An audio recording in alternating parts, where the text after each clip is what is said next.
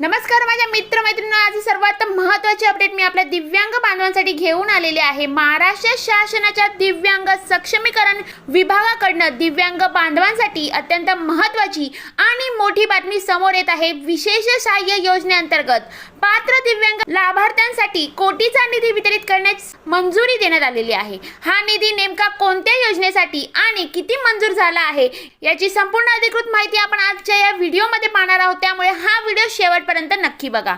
आता हा निर्णय महाराष्ट्र शासनाच्या दिव्यांग सक्षमीकरण विभागाकडून दिनांक 29 जून 2026 रोजी जाहीर करण्यात आलेला आहे।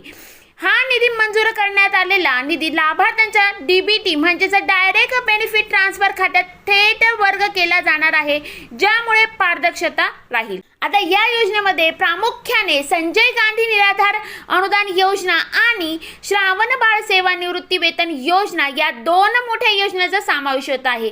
तर माझ्या मित्रमैत्रिणींनो, आता ही काय निधी दिलेली आहे याची आकडेवारी आपण जाणून घेणार आहोत। तुमच्या स्क्रीनवर आता समोर एक तक्ता आलेला आहे, त्या तक्त्यामध्ये ही निधी दर्शवलेली आहे। ती निधी आहे रुपये हजारात आहे, त्यानुसार सुलभ समजण्यासाठी तुम्हाला ही आकडेवारी रुपयांमध्ये आणि कोटींमध्ये स्पष्ट केलेली आहे। आता या योजनेमध्ये सर्वात प्रथम आहे संजय गांधी निराधार अनुदान योजना आहे, त्यातील इतर प्रशासकीय खर्चासाठी 77 लाख रुपयांचा निधी मंजूर करण्यात आलेला आहे। त्याचप्रमाणे डीबीटी खात्यात वर्ग करणारा निधी हा 6.16 लाख रुपयांमध्ये आहे।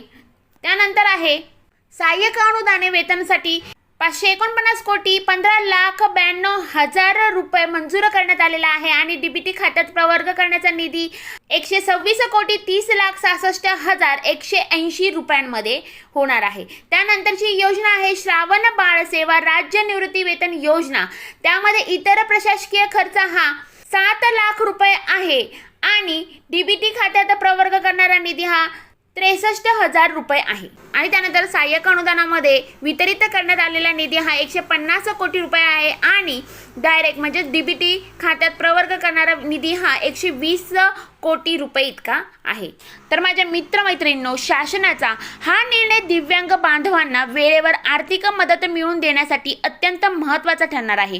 हा निधी थेट बँक खात्यात जमा होणार असल्याने पारदर्शकता वाढणार आहे। तुम्हाला ही माहिती कशी वाटली आम्हाला कमेंट करून नक्की सांगा। हा व्हिडिओ तुमच्या दिव्यांग बांधवांपर्यंत आणि गरजू लोकांपर्यंत जास्तीत जास्त शेअर करा।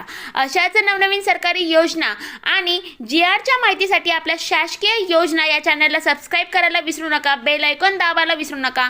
धन्यवाद। जय हिंद, जय महाराष्ट्र।